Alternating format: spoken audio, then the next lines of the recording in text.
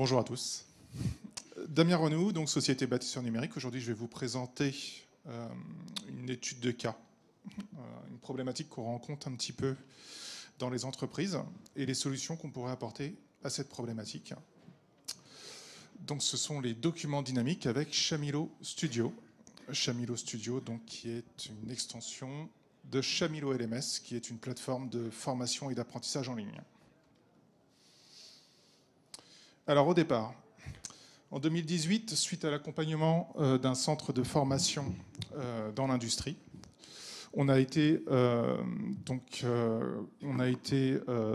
dans l'obligation de créer des documentations pédagogiques afin d'aider les gens sur le terrain dans l'atelier. Donc on a réalisé des documents de formation sur des compétences assez techniques, la programmation sur des robots CNC, la mécanique des fluides et l'électro-érosion. C'est vraiment des thématiques qui ne sont pas très courantes. Et nous avons créé des documents qui reprenaient les cours sous la forme de parcours de A à Z, et qu'on diffusait à travers notre plateforme de formation. Après quelques mois d'utilisation, nous avons remarqué que les lecteurs ont eu un ressenti totalement différent. Donc certaines personnes disaient « c'est assez infantilisant ». D'autres, le document est trop complexe. D'autres encore, trop d'informations pour moi d'un seul coup. J'aurais aimé approfondir certains points. Donc pour le dire assez rapidement, personne n'était vraiment satisfait de la documentation pédagogique qu'il y avait sur le terrain. Donc ils ont eu des expériences totalement différentes. Alors, quel est le problème ? Donc il y a un défi à créer des documents faciles à lire pour des gens sur le terrain. Donc dans l'action, qui sont dans les ateliers, qui sont dans les laboratoires. Donc les réactions sont différentes, car les personnes sont différentes. Alors pourquoi les personnes sont différentes ? Il y avait certaines personnes qui venaient de commencer. On était donc quand même dans un atelier avec différents âges. Donc il y avait des gens qui avaient 20 ans, d'autres qui avaient 35 ans. Il y en a qui avaient commencé la mécanique il y a 1 an. Il y en a, c'était il y a 15 ans, ils avaient fait de la mécanique, et ils reprenaient la mécanique après 15 ans.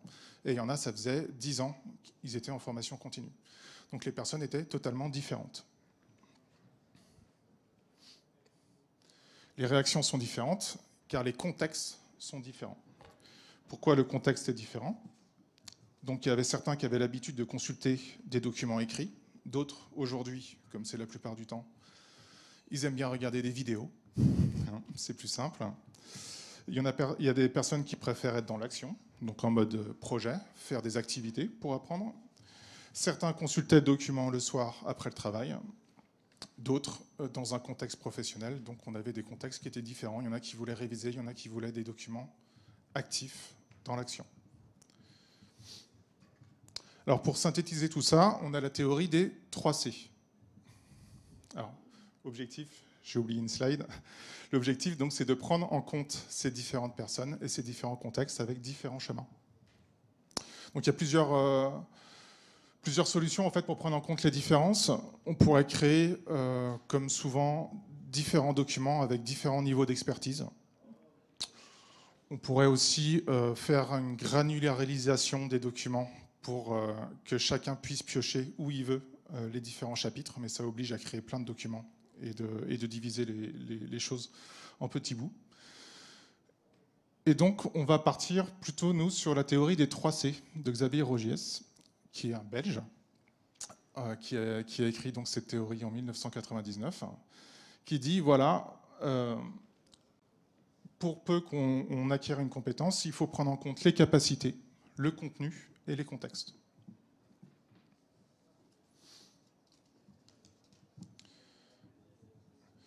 Donc, il décrit la notion de compétence comme un produit à 3 dimensions, de ses capacités exercées dans des différents contenus et dans des contextes différents.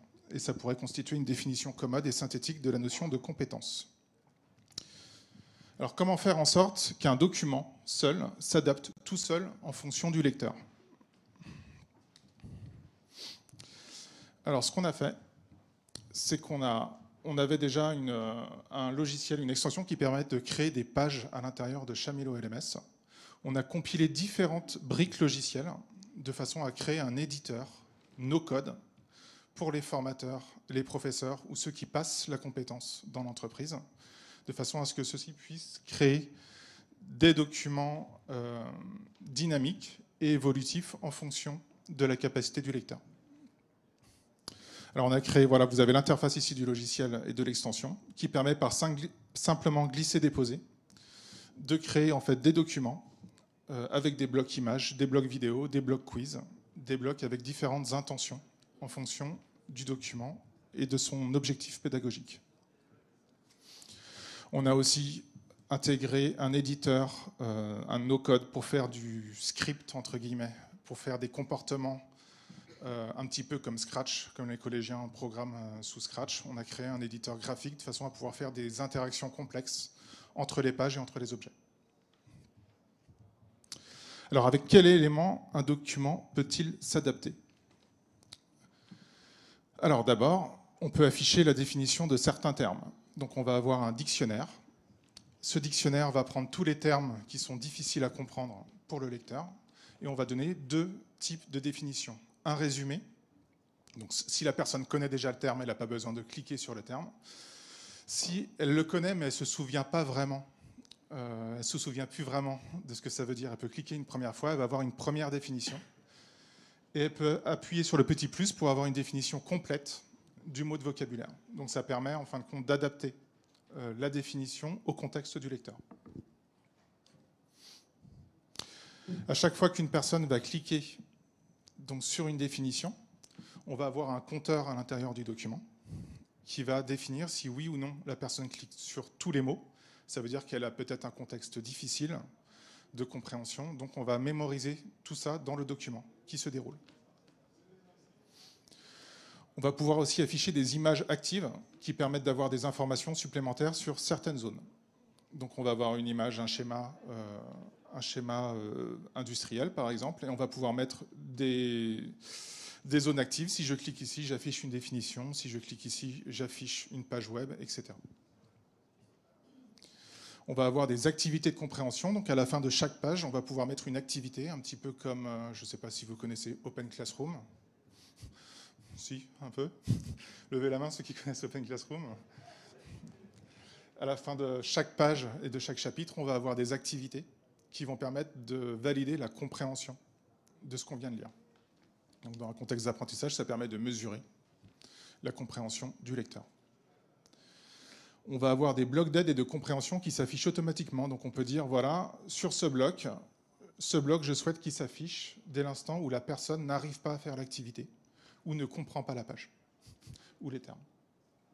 Donc ça peut être un bloc de texte qui s'affiche, ça peut être un schéma qui change en fonction du niveau du lecteur.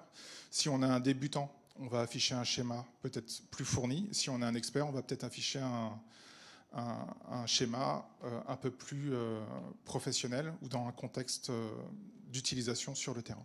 Donc on va avoir deux contextes. On va avoir une lecture du document qui va se faire à la maison et sur le terrain, une fois qu'on fait la prise de poste. On va avoir aussi des blocs qu'on peut déclarer lors de la deuxième consultation du document. Donc, imaginons qu'on a un employé qui va prendre un poste la semaine prochaine. Il va lire une première fois le document d'explication de son poste.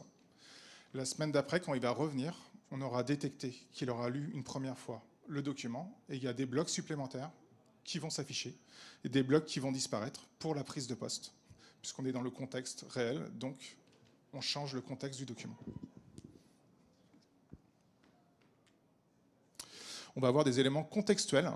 On peut avoir un schéma de vanne sur la page 1 ou 2 qui va permettre d'afficher des schémas différents sur la page 3 ou 4. En fonction du premier contexte qu'on a choisi professionnel, l'ensemble du document va pouvoir afficher, masquer, changer les images en fonction du contexte professionnel. Donc là, on a une vanne. Si on l'ouvre sur la page 1, on va voir sur la page 3, la cuve est plus ou moins remplie. On va pouvoir aussi afficher des plans industriels et faire des zooms, définir des zooms sur certaines zones du plan industriel directement dans le document. Des zones importantes de fabrication. Ici, on a le plan des RPLL qu'on a fait en dynamique cette année. Vous pouvez le regarder sur votre téléphone. Il y a des QR codes au niveau du salon et des stands. Et ce QR code, ce plan a été fait avec Shamilo Studio. Et on peut zoomer sur les stands et visiter virtuellement chaque stand avec la description de chaque entreprise. Donc là, on voit le menu qui permet dans chaque bloc de dire si je l'affiche dans tous les cas, si je l'affiche en mauvaise réponse. Et on peut aussi créer différents niveaux de compréhension de documents qui donnent des codes couleurs au bloc et qui affichent en fonction du débutant, de la personne normale ou de l'expert. On va avoir aussi des options d'accessibilité et d'inclusivité. On va pouvoir redimensionner les polices, activer une police pour la dyslexie. Donc là, on est aussi dans la différence, dans le contexte différent, dans les personnes différentes. On va pouvoir aussi activer un contraste élevé. Et on va pouvoir aussi activer l'assistant de concentration qui permet, donc, pour ceux qui ont des troubles de l'attention, de se concentrer sur une partie du document seulement en cas de lecture. Et bien sûr, tous les documents qui ont été créés avec Shamilo Studio sont consultables sans connexion, ce qui permet d'aller sur le terrain et tout le process qu'on a vu depuis le début est intégré dans le moteur. On peut le regarder sur une tablette, sur un smartphone, sur un PC, et même s'il n'y a pas de connexion Internet, ça marche. Ça, c'est hyper important, puisque si on travaille dans un champ, par exemple, je travaille un petit peu avec le milieu de l'agriculture aussi, c'est un peu difficile d'avoir de la connexion quand on va sur des plantations, par exemple. Un petit mot sur nos services. Donc, on fait l'installation de Shamilo et l'extension Studio. On fait de la formation. On fait de la création de documents aussi à partir de vos documents, vos PDF, vos documents. On peut les transformer donc du coup en documents dynamiques. Et voilà, c'est à peu près les services qu'on propose autour de ce produit. Je suis dans les temps? Normal. Comment? Encore un peu de temps sur Shamilo.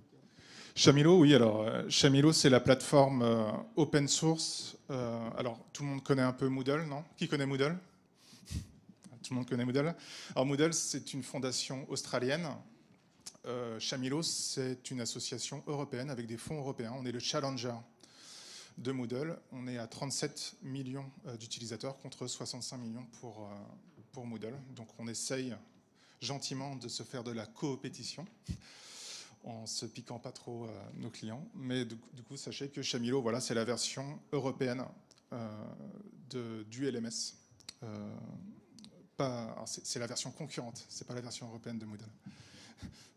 Désolé pour l'explication un peu en bruit, j'avais pas prévu de faire une explication. Donc on existe depuis 2010. Donc ça fait 14 ans en fait que Shamilo existe. Et voilà, on est à 37 millions cette année d'utilisateurs. Sachant que la communauté française est relativement petite par rapport au reste du monde. On est à 3-4% du marché. Voilà.